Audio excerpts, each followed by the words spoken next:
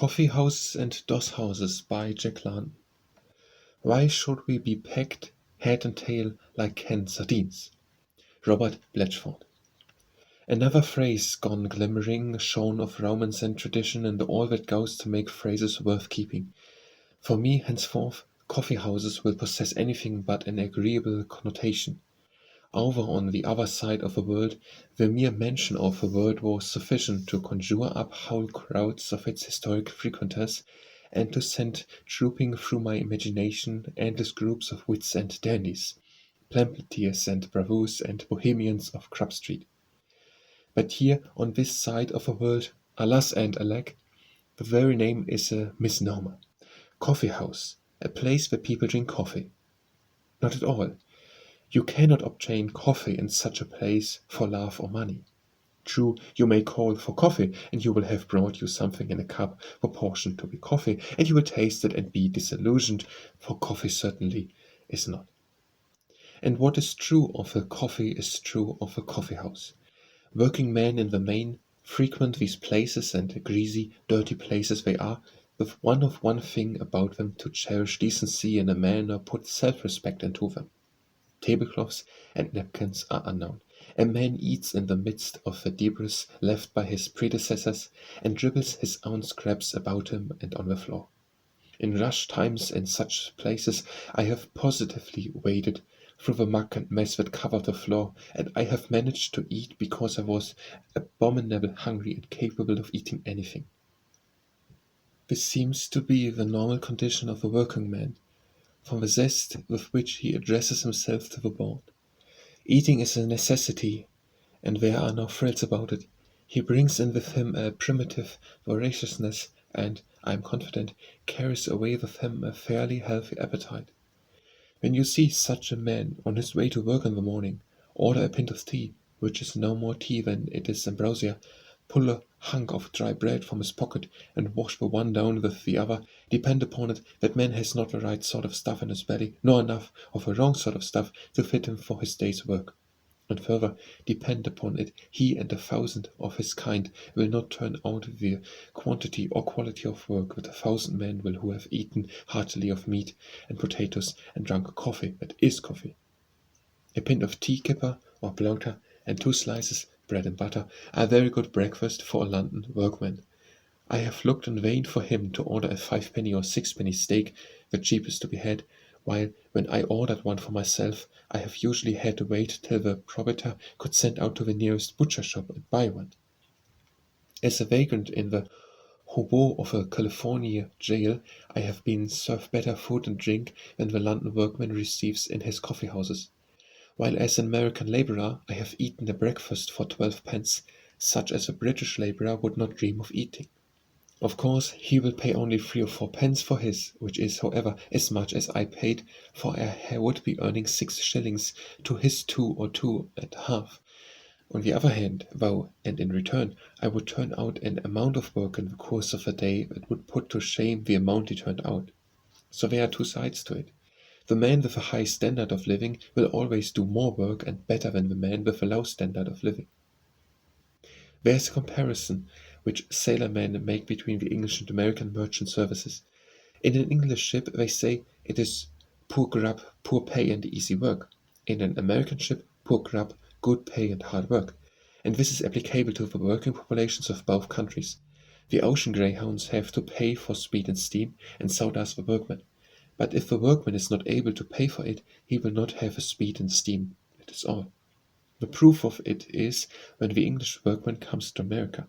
He will lay more bricks in New York than he will in London, still more bricks in St. Louis, and still more bricks when he gets to San Francisco. His standard of living has been rising all the time. Early in the morning, along the streets frequented by workmen on their way to work, many women sit on the sidewalk with sacks of bread beside them. No end of workmen purchase these and eat them as they walk along. They do not even wash the dry bed down with the tea to be obtained for a penny in the coffee houses. It is incontestable that a man is not fit to begin his day's work on a meal like that. And it is equally incontestable that the loss will fall upon his employer and upon the nation. For some time now, statesmen have been crying, "Wake up, England!" It would show more hard-headed common sense if they changed the tune to "Feet up, England." Not only is the worker poor fed, but he is filthily fed. I have stood outside a butcher shop and watched a horde of speculative housewives turning over the trimmings and scraps and shreds of beef and mutton, dog meat in the States. I would not vouch for the clean fingers of these housewives, no more than I would vouch for the cleanliness of the single rooms in which many of them and their families lived. Yet they raked and poured and scraped the mess about in the anxiety to get the worth of their coppers.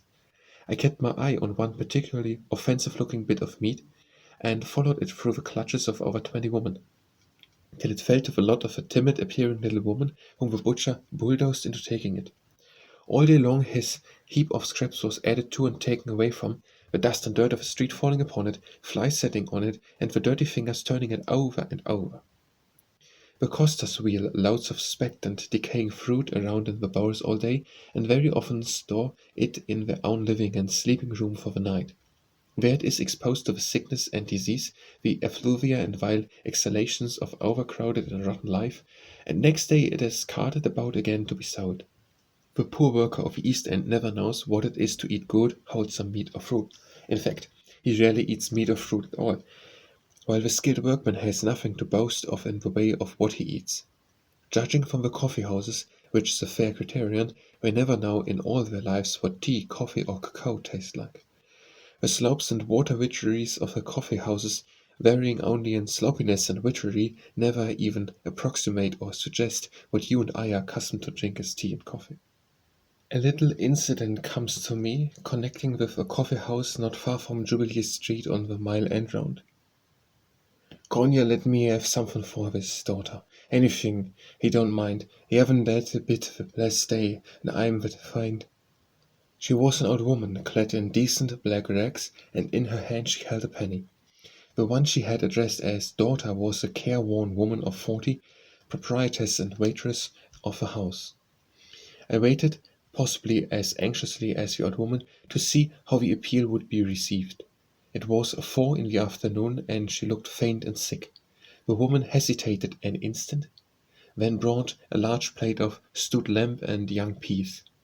I was eating a plate of it myself, and it is my judgment that the lamb was mutton and that the peas might have been younger without being youthful.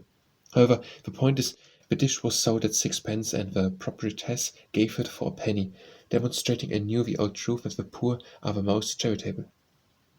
The old woman, profuse in her gratitude, took a seat on the other side of a narrow table and ravenously attacked the smoking stew. We ate steadily and silently, the pair of us, when suddenly, explosively and most gleeful, she cried out to me, "He sold a box of matches." "Yes," she confirmed, if anything with greater and more explosive glee. "He sold a box of matches, but so he got the penny." "You must be getting along in years," I suggested. 74 yesterday," she replied, and returned with gusto to her plate. Blame me, I'd like to do something for the old girl, but this is the first I've had today. The young fellow alongside volunteered to me. And I only have this because I penned to make an odd shilling washing out laudanum.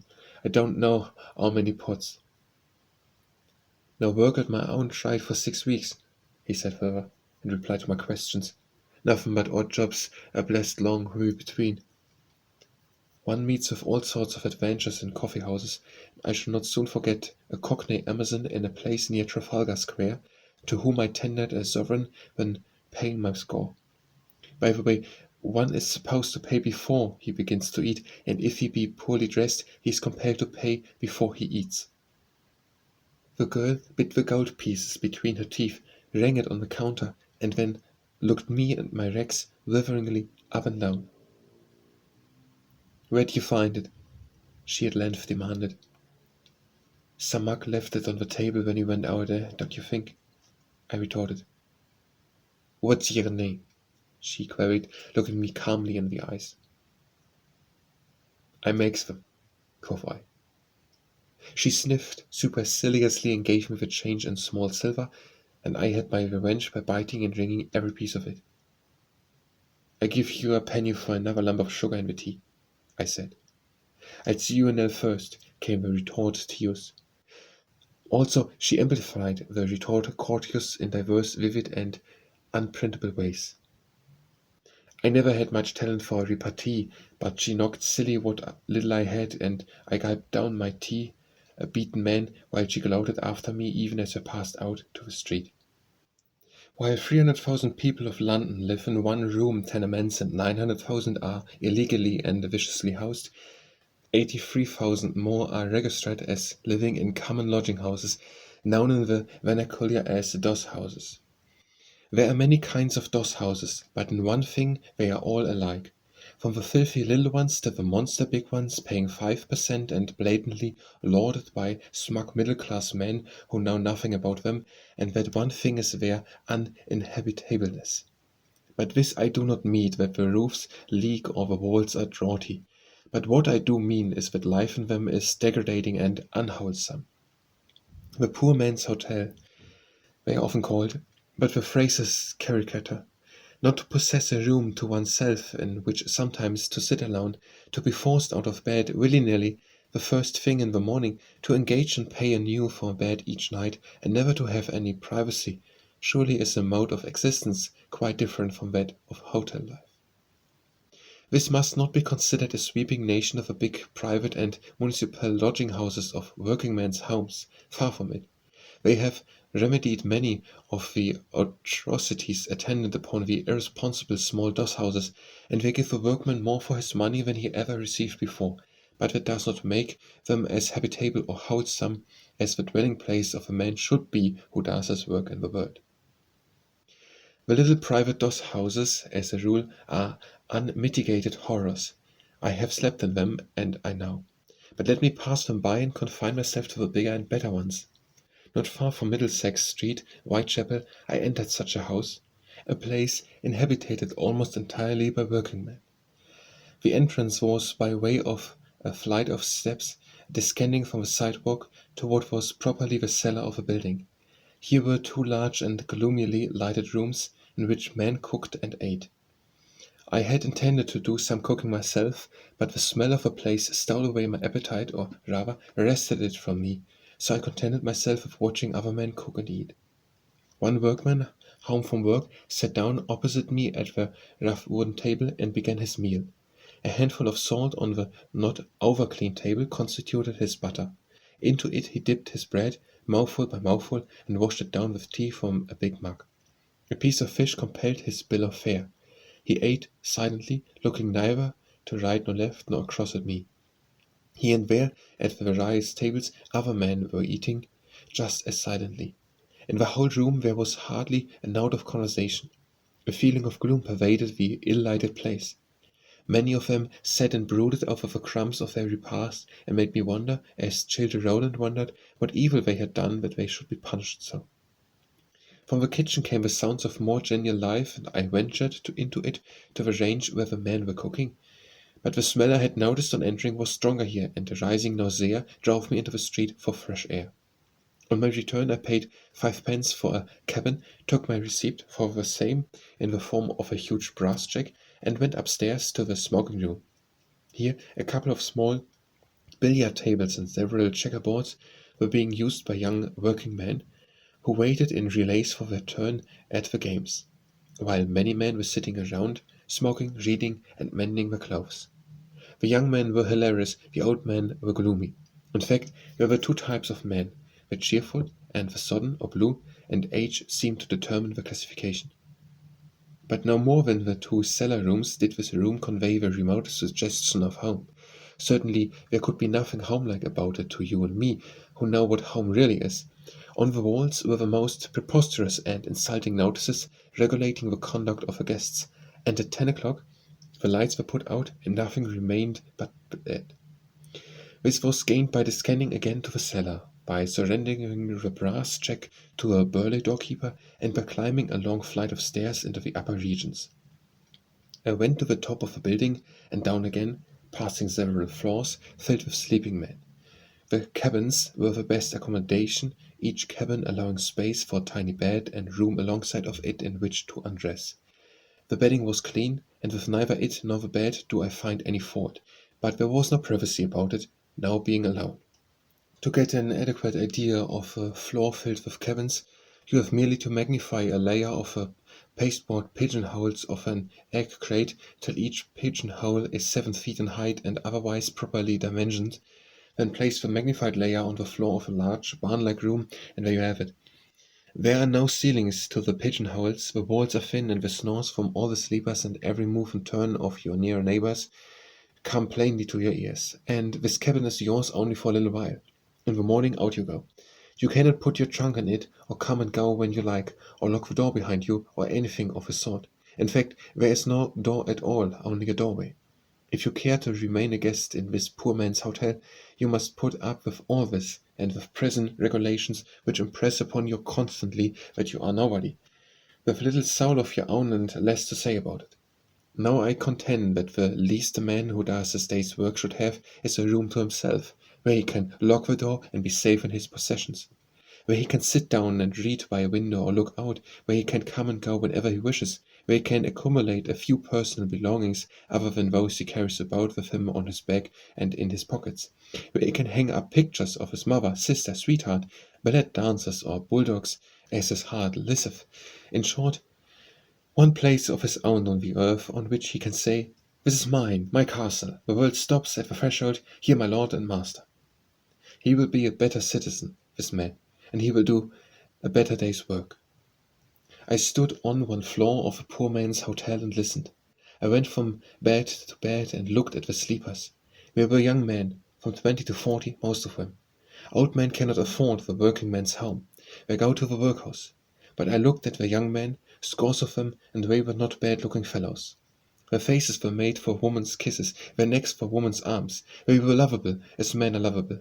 They were capable of love. A woman's touch redeems and softens, and they needed such redemption and softening instead of each day growing harsh and harsher. And I wondered where these women were, and heard Harley's ginny laugh. Leman Street, Waterloo Road, Piccadilly, the Strand, answered me, and I knew where they were.